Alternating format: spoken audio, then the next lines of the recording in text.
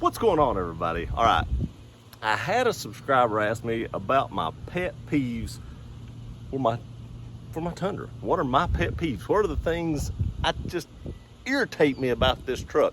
And there are about three-ish. One of them could go either way, but there are about three, and I'm going to show you and tell you about those right now. All right, first up are these seat belts in the back. You can see this one back, over here-ish, and then, the one on the side, and then even the one in the middle right there. When you roll the windows down, like all the windows in the sunroof, those things flap like crazy. And I know what you're going to say. And hang on just a second. I'm going to show you what you're going to say real quick. Hang on just a second. You're going to say, but gear, they got these little things right here that you can like stick the seat belt behind like that, and it keeps it from flapping. That's what you're going to tell me. But I'm going to tell you right now, that don't work. I've done that on both sides. That is a poor effort by Toyota, personally. And even if that did work, the center one still does it. You roll down all the windows and the sunroof and the back glass, and it's just pop, pop, pop, pop, pop. I'm going to insert what it sounds like right here. Sorry about the wind noise, because you got to have the windows down to do it, but I'm going to insert it right here.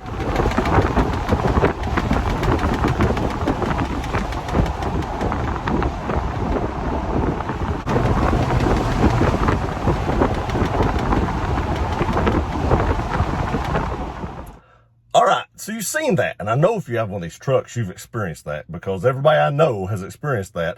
And the center seat belt. Now, the center seat belt wasn't doing it in this video, because I was only running like 45 miles an hour-ish.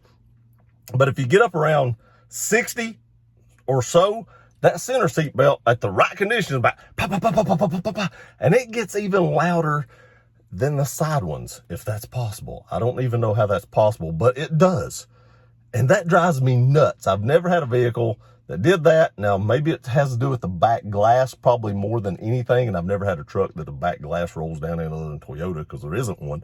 But that may have a lot to do with it. I would not do away with the back glass rolling down. I love it. I'll deal with that popping noise. But that is one of my pet peeves about this truck, that it does pop like that whenever you roll down the windows. Now, let's get into number two. All right, number two is this bad boy right here. What is that, Toyota? What am I going to put in there? A couple of toothpicks? I mean, seriously, that thing is tiny. These are my Costa sunglasses, and they're in no way, shape, or form going down in that little hole.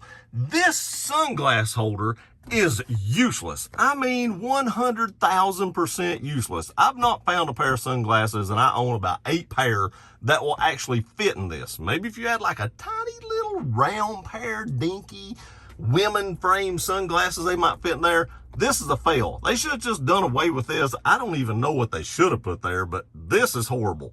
For a sunglass holder, that's only like the third time I've had it open, because it never fit any sunglasses I ever had. Horrible. That's probably worse than the flapping seat belts, because at least the seat belts have something to do with the rear window probably being down, which I love. This has something to do with nothing I love, because it is useless. Store your pins in there, I guess. Okay, so now we get into number three, and I can't show you this, and I can't, turn this on, but it has to do with those three letters right there, JBL. This is supposed to be the upgraded stereo. It even has a sub in the back. It sucks. I have to turn this thing up so high. Even with the windows up and air on, I have to really crank this radio up to really make it sound decent. And then I'm afraid I'm going to blow the speakers. And if you roll the window down, oh, good luck almost being able to hear it, because it's just horrible. The infotainment system, I guess more or less the speaker system, is just horrible for an upgraded JBL system. Toyota should have been able to do so much better with that. Now, I know I can upgrade that, but when you buy the upgrade system, they're so proud of it, they put JBL on the doors, and it is horrible. It is horrible. It's not as bad as actually not even be able to use this, but for an upgraded stereo, They should have been able to do so much better, and I've heard so many people complain about that with the JBL system, and that is a huge pet peeve of mine. If you're going to pay that much extra to put something like that in it, at least make it worth the price you pay to get it. Okay, there it is. I tried to make the video as short as possible. Those are my 3 top pet peeves about the truck. That is stuff that Toyota definitely could have made better.